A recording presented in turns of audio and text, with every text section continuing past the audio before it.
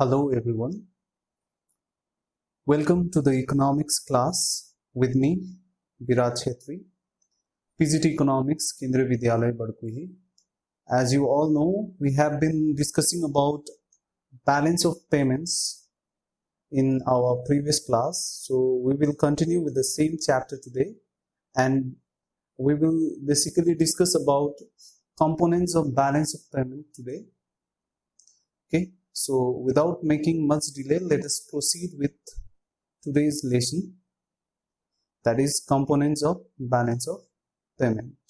Okay. Balance of payment mainly comprises of two things or two parts, that is current account and capital account. Now let us see what do we mean by current account. So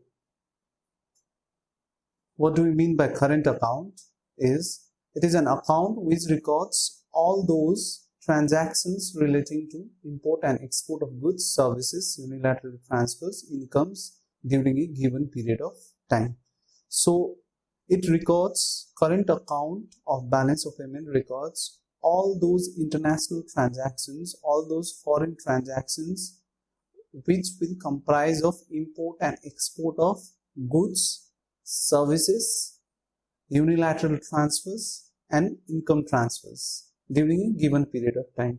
And current account will not be affecting either any asset or any liability of the resident or the government of the domestic country. Okay, so it will not be affecting any asset or liability of the residents of the domestic country.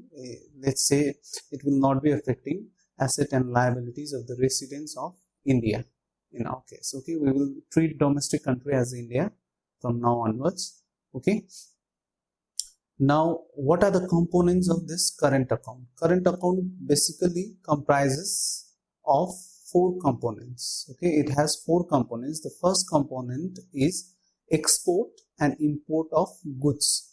Goods, as we have already discussed, we will treat goods to those items which are tangible, okay, which we can touch, which we can carry and transfer from one place to another. So export and import of goods are also known as merchandise transactions or visible trade. It is known as visible trade because of its tangibility, because we can easily touch it. Okay, it includes all the international transactions. Again, here balance of payments deals with the economic transactions, but this economic transaction has to be an international transaction. We are not dealing with the economic transactions taking place between the resident of the same country. Let's say Ram and Shyam are the two residents of India. Then if the transaction happens between these two person, that is Ram and Shyam, then they will not be treated, this transaction will not be treated as international transaction. This is the domestic transaction. So we will not include this in balance of payment, because balance of payment is mainly about international transaction, that is transaction between a resident of India and a resident of say USA, or a resident of UK, resident of France, etc. Okay, so whatever transactions we will be discussing about, it will be of international nature and not the domestic nature. Hope it is very clear now. So what does export and import of goods include? It will include all those international transactions which deals with goods, tangible things, tangible items like cars, mobile phones, refrigerators, pen, pencil, chargers, earphones, etc.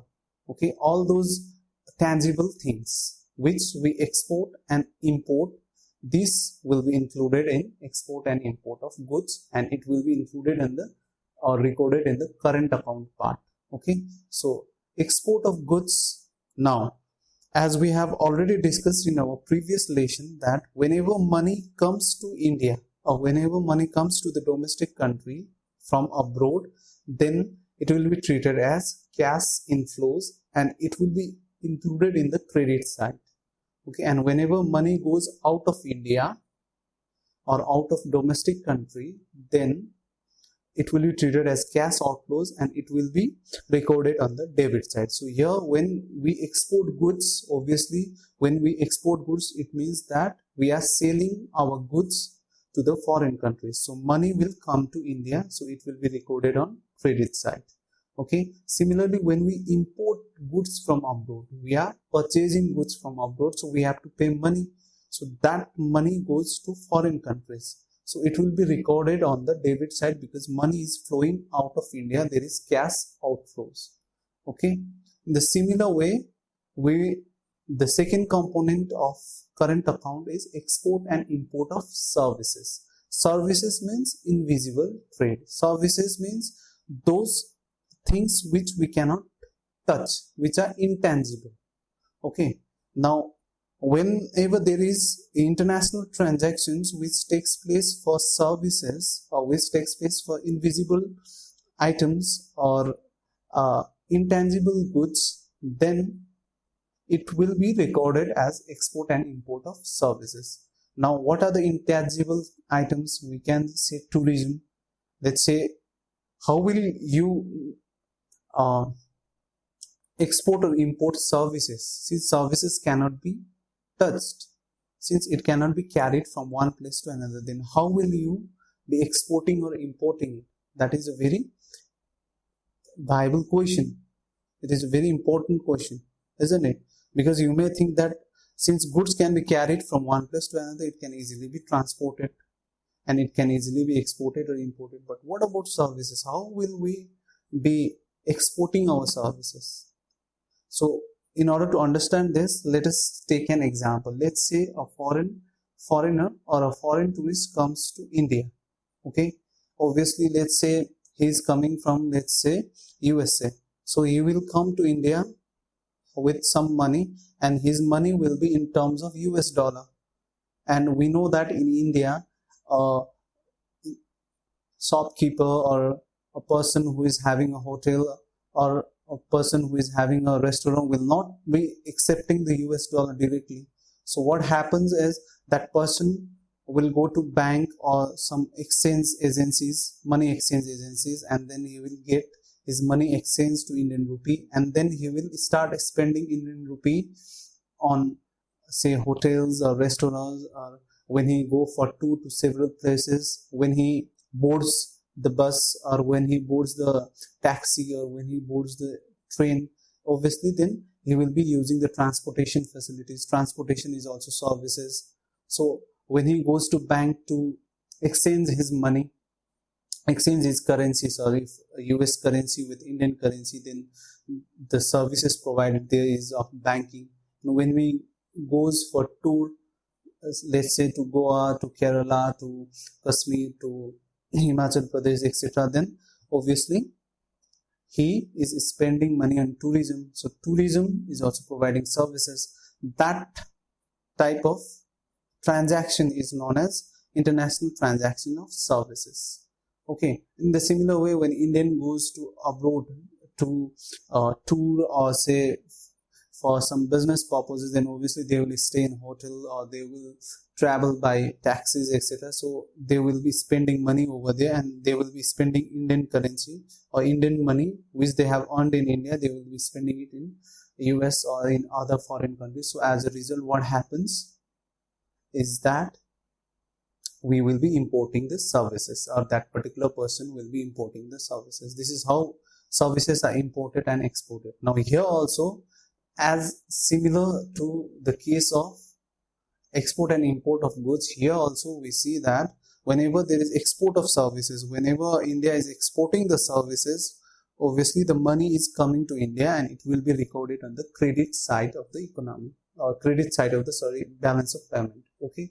On the other hand, when Indians go abroad and spend their money over there in for using some services, then they will be spending money. Money will be going out of India.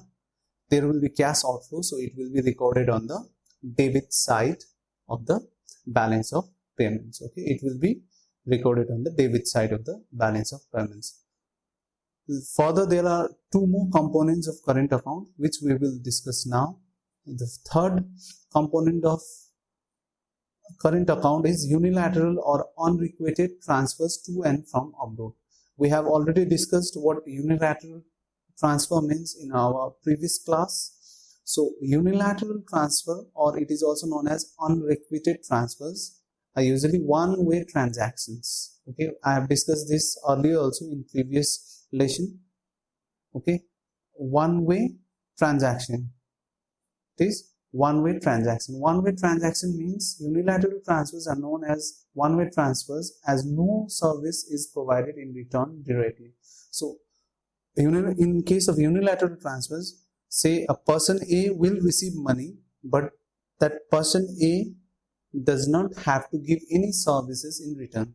So there will be no services or goods given in return. That type of transfer is known as unilateral transfer. Example of these are like donations, gifts, etc. Okay, so whenever someone gives donation for some certain purposes, let's say natural disaster, or whenever some donates money for the welfare of the people, poor people, then obviously they are not expecting anything in return. They are not expecting any services in return. So as a result, what happens is this type of transaction is known as unilateral transfers. But here, remember one thing, unilateral transfers has to be there from one country to another country, or from the resident of one country to the resident of another country. Let's say in case of India, if some Indian residents or the Indian government is getting donations from abroad, let's say in case of Kerala flood, some foreign countries have given donations to India. In the similar way, India donated money. Many residents of India donated money when there was earthquake in Nepal. Okay, when there was tsunami. So we see that both the way unilateral transfers are made to India also from abroad, and India also transfers its money, make unilateral payments to other countries. Okay, so whenever there is unilateral receipt, whenever India is receiving donations or gifts, whenever India or Indian citizens or government is receiving donations or gifts, etc., then it will be recorded on the credit side because money is coming to India. In the similar way, whenever Indian residents or government is donating or sending gift to the resident of other countries, obviously there is outflow of money. Money is flowing outside India, the money is going out of India. So as a result, it will be recorded on the debit side. Okay, the last component of current account is income receipt and payment. Here we have to be a bit clear about what income receipts mean and what income payments mean. Some of the Indian residents may be working in some foreign countries, so they will send back their income to their respective families. So this particular income receipts from abroad, those who are working abroad and sending their money to India, this particular receipts is known as income receipts, and it will be recorded on the credit side because money is coming to India. The similar way, many foreigners may be working in India and they will send some portion of their income on back to their family members, to their own countries. So what happens here is money flows out of India, so it will be recorded on the debit side. Okay, so these are the four components. The first component was goods, import and export of goods. Second was import and export of services. Third is unilateral transfers to and from abroad, and fourth is income receipts and income payments to and from abroad. And we see that export of goods and services are included on credit side, import of goods and services are included on debit side, unilateral receipts and income receipts are included on credit side, and unilateral payments and income payments are recorded on debit side. Okay, based on whether money is coming to India or money is going out of India. If money is coming to India, it will be included in credit side, and if money is flowing out of India, it will be included on debit side. Hope it is very clear till now. Now we have already discussed that balance of payment mainly comprises of two types of account. Okay, two parts. It comprises of two parts. First was current account and second is capital account. Now we have already discussed about current account, what current account means. We have already known that current account is not affecting any asset or liability of the residents or the government of the domestic country. Okay, and current account mainly comprises of four things: goods, services, unilateral transfers, and income receipts or income transfers. Okay, income receipts, payments, or it is also known as income transfers. Now we will discuss about what capital account means. So what do we mean by capital account? It is that type of account which will record all international transactions. Okay, it will record all the transactions, international transactions, that is transactions between the resident of a country and the rest of the world. Okay, which this type of transactions will cause changes in the assets and liabilities of the residents of the country or its government. Now, current account did not affect any asset or liability of the residents of the domestic country or the government of the domestic country, but capital account are those type of transactions, it will include those type of transactions which will be having an effect on the assets and liabilities of the residents or the government of the domestic country. Okay, how will it affect? Let's see what are the components of capital account, and then we will be knowing whether it will affect asset or liability of domestic country, resident of domestic country or the government of domestic country or not. Okay, the first component of capital account is borrowings and lendings to and from abroad. Borrowings means taking loan from abroad. Whenever the resident or the government of India is taking loan from abroad like World Bank or International Monetary Fund or Asian Development Bank or UNO, etc., or some other countries, say developed countries like Japan, USA, etc., whenever the government or the resident is borrowing money, taking loan from abroad, from foreign countries, then obviously it is going to affect the liability of that particular resident or the government, isn't it? Obviously the liability of the government will increase, or the liability of a particular resident will increase. So it is definitely a part of capital account because it is affecting the liability of the resident of the domestic country. Okay, again, borrowings from abroad. Whenever money is borrowed from abroad, whenever loan is taken from abroad, obviously the money is coming to India. There is cash inflows, okay, or we can say capital inflows. So what happens here is we will record this because money is coming to India, so we will record borrowings on the credit side. The opposite of borrowings is lendings, to give loan, to lend money to the resident or the government of foreign countries or abroad. So what happens here is whenever there is lending or whenever the government or resident of India gives loan to the resident of the foreign countries, what happens is the asset is being created. Okay, so it is affecting the asset of the government or the asset of the resident of the domestic country. So it is obviously the part of capital account. Now further, whenever a Indian government or Indian resident give loan to the foreign resident or the foreign government, then what happens is money will flow out of India. Okay, there will be cash outflow, or in this case we can say capital outflow from India. So what happens here is, since there is cash outflow and since money is going out of India, we will record that on the debit side of balance of payment. Now the second component of capital account is investment to and from abroad. We are talking about foreign investments over here. Okay, we are not talking about normal investments. Let's say if Reliance is investing in Mumbai, or if Reliance is investing in Nagaland, or Reliance is investing in Kerala, then it is not included over here because Reliance is an Indian company and investing within Indian territory, so it will not be included over here.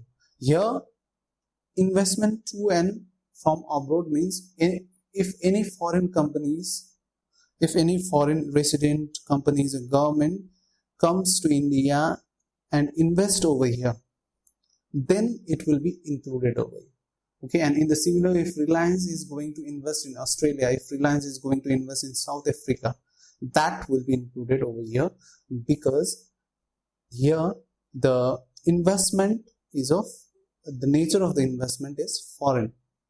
Okay, here now investment to and from abroad, whenever Indian resident or Indian government, Indian resident here means Indian resident may comprise of firms, as we have already discussed in our previous lesson, that previous class, that in our previous lesson, that the residence comprises of households, individuals, firms, etc., isn't it? So firms here may be Reliance or Tata may be investing abroad, so it will be included over here. In the similar way, Toyota, Hyundai, etc. comes to India and invest over here, so it will also be included over here. Now here also we need to figure out whether money is coming to India or money is going out of India. Okay, whenever there is investment from abroad, whenever there is investment from abroad in India, let's say Hyundai is opening its subsidiary branch over here in India. Okay, in the similar way, say Toyota is opening its branch over here, or Apple is opening its branch over here in India, then obviously investment is coming to India. So investment from abroad is coming to India. Okay, so money is coming to India, it will be recorded on credit side. On the other hand, if Reliance is going to invest in Sri Lanka, if Reliance is going to invest in South Africa, or Tata is going to invest in Congo, then what happens is the Indian company is going to invest abroad. Okay, so investment to abroad is here. So investment to abroad means money is going out of India. So obviously it will be recorded on the debit side. Okay, now based on this foreign investments, we can classify investment into two parts. Okay, that is FDI and FPI. FDI, the full form of FDI is foreign direct investment, and the full form of FPI is foreign portfolio investment. Let's elaborate this. What do you mean by foreign direct investment? In case of foreign direct investment, what happens is whenever a company is going to invest, or whenever a foreign resident is going to invest in other country, then it will give that particular investor, which gives the direct control of asset to the purchaser. The investor will get direct control of asset.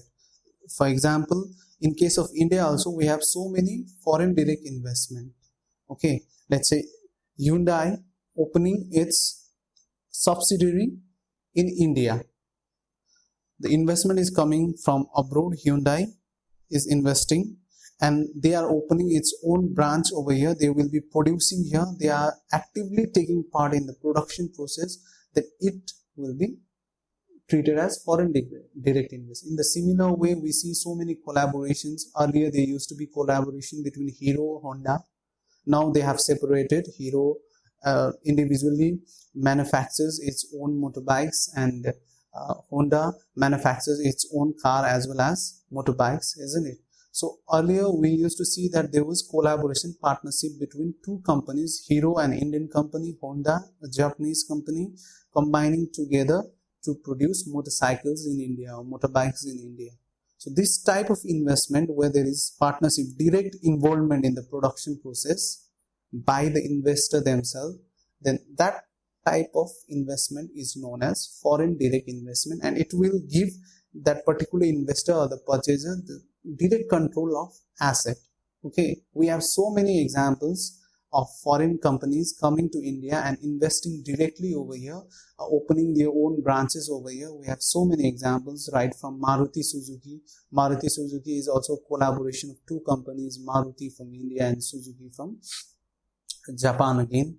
Okay, In a similar way, in case of mobile phones, we see so many companies, some Korean companies, some American companies, some Finnish companies, some Chinese companies coming to India and investing over here and producing over here itself, and to certain extent then exporting to other countries, then taking those goods to other countries as well. Okay, so that type of investment is known as foreign direct investment. Now, on the other hand, foreign portfolio investment means they will be making investment, but they will not have total control of the asset. So they will only have control over a certain portion only. So this type of investment will include purchasing of say shares or bonds, etc. So when insurance policies, etc. So when a foreign company or a foreign resident, let's say a foreign resident is purchasing some shares of Reliance company, then they will not have ownership of Reliance company. Obviously, they will get certain dividend on the shares that they are investing on. So they will not have control on the asset, direct control of asset. They will not be directly participating on the production process, but they will be investing on the portion of a particular asset. Okay, let's say they will be investing on Reliance company, they will be investing on Tata, etc. But on the shares of those companies, not coming to India and start producing itself, but they will just invest on shares or bonds. So investing on shares or bonds by the foreigners is included in the foreign portfolio investment, and investing in the production process directly is known as foreign direct investment. Hope you have understood this concept of foreign direct investment and foreign portfolio investment, that is FPI. Now FPI also includes FII, foreign institutional investors. This you may have heard multiple number of times, isn't it? Foreign institutional investors are nothing but a group of investor who is investing in FPIs, that is foreign portfolio investment, or purchase, who are investing on shares and bonds. In the similar way, Indian resident may be investing on the shares of Apple company, or on the shares of Samsung company, Nokia, etc., or on the shares of Renault, okay, Mercedes-Benz, Audi, etc. Okay, so both the ways there may be investment, both the ways. Some Indian may be investing on foreign companies direct, or maybe Reliance directly going to foreign countries and investing there and start producing over there, or Tata going to abroad countries and start producing over there. So it may be like that also. Okay, now the third component of capital account is change in foreign exchange reserves. Now foreign exchange reserves means the reserve of foreign currencies which are held by the central bank of the country, that is RBI in case of India. RBI will be holding certain amount of foreign exchanges, basically in terms of US dollar. Okay, RBI will be keeping or holding some foreign exchange reserves. So whenever there is change in foreign exchange reserves, whether there will be increase in foreign exchange reserves or decrease in foreign exchange reserves, it will be recorded on the capital account of the balance of payment. Now how will it be recorded? Whenever there is reduction, whenever there is withdrawal from the foreign exchange reserves, it is recorded on the credit side. Whenever there is a reduction in the foreign exchange reserves of RBI, it will be recorded on credit side, and whenever there is increase in the foreign exchange reserves of RBI, it will be recorded on the debit side. Okay, so remember, whenever there is decrease in foreign exchange reserves, it will be included on credit side, and whenever there is increase in foreign exchange reserves, it will be included on the, or recorded on the debit side. Okay, now let us summarize the entire thing which we have discussed till now. Okay, what we have discussed is balance of payment mainly comprises of two parts. Okay, there are two types of accounts which are included in balance of payment. It is current account and capital account. In under current account, there are four components, sub-components, okay, that was goods, services, unilateral transfers and income transfers. Now, all of these four components have two sides. Whenever money is coming to India, we'll include it in credit side, and whenever money is going out of India, we'll be including it on debit side. So what happens here is, whenever there is export of goods, it is falling under current account and on the credit side.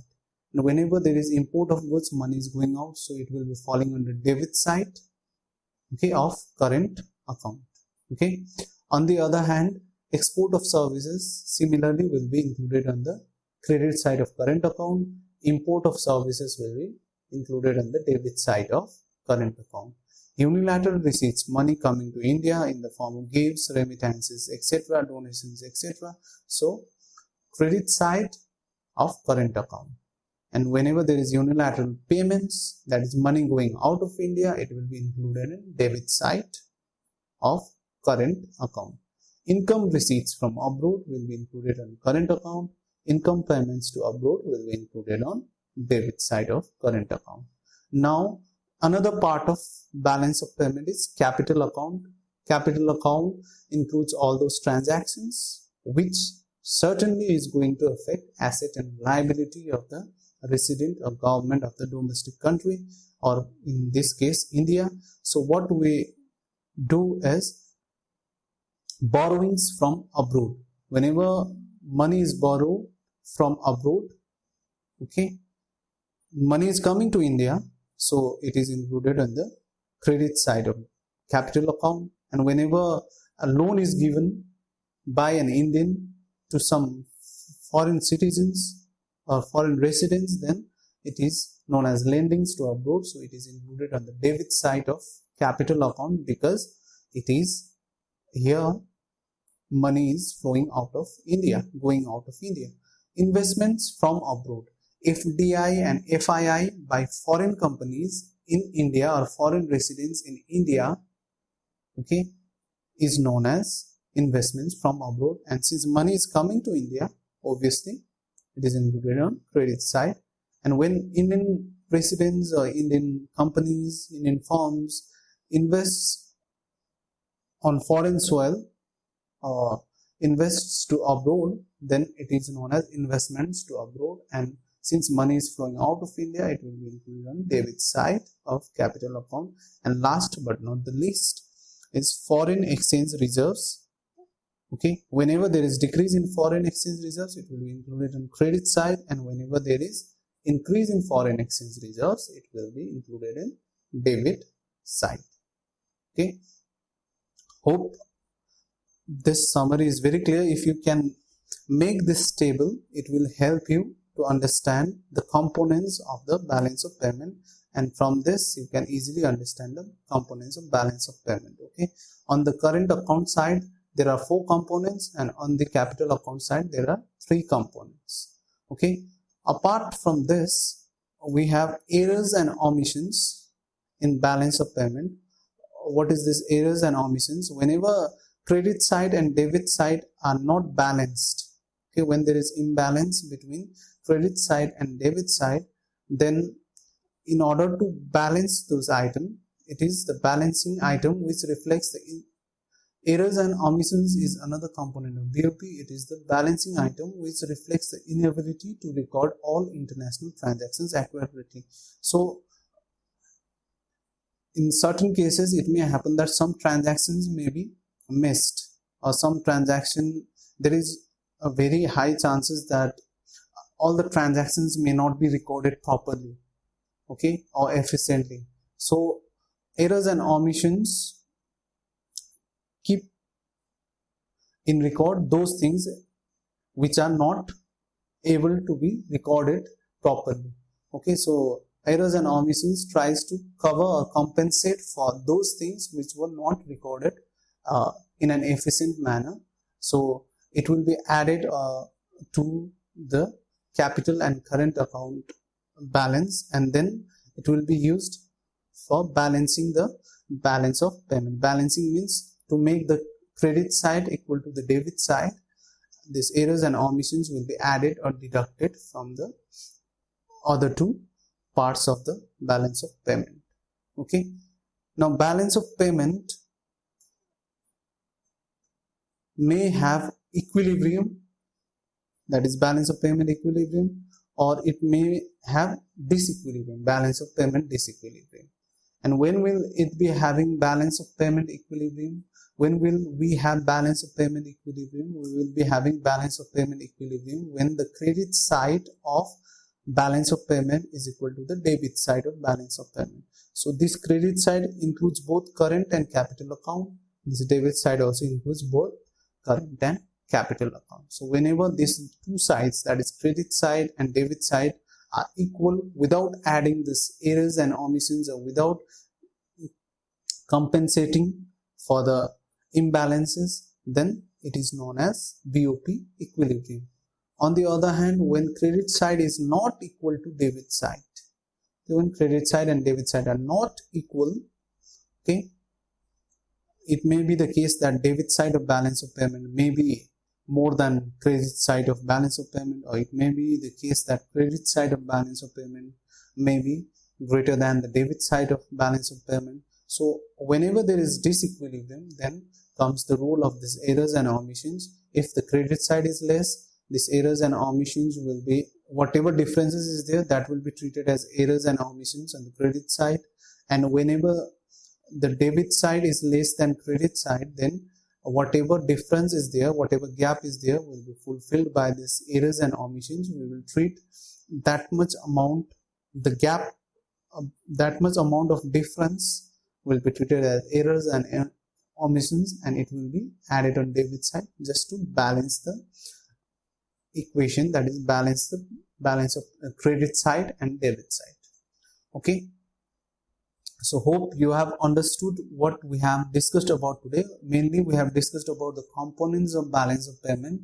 Under components of balance of payment, we have discussed about two parts, that is current account and capital account. Further, we discussed that current account comprises of 4 subcomponents. Those 4 subcomponents were imports and exports of goods, imports and exports of services, unilateral transfers, that is unilateral receipts and payments, and then income receipts and payments. On the other hand, in case of capital account has 3 subcomponents. First subcomponents was borrowings and lendings, second was investments to and from abroad, and third one was changes in the foreign exchange reserves of the central bank, that is RBI. Okay, apart from that, we discuss about how errors and omissions is compensating the any differences on credit and debit side of the balance of payment, just to balance the balance of payment account. Okay, and lastly, we discussed about the balance of payment equilibrium and disequilibrium. How does the disequilibrium arise? Disequilibrium may arise when debit side is greater than credit side, or the opposite of it, that is when credit side of balance of payment is greater than debit side of balance of payment. And when both are equal, that is credit side of balance of payment and debit side of balance of payment, if they are equal, then it is known as balance of payment equilibrium. We will be further discussing about this equilibrium and disequilibrium in our next class. Till then, stay safe, stay at home, and keep studying. Thank you. Thank you very much.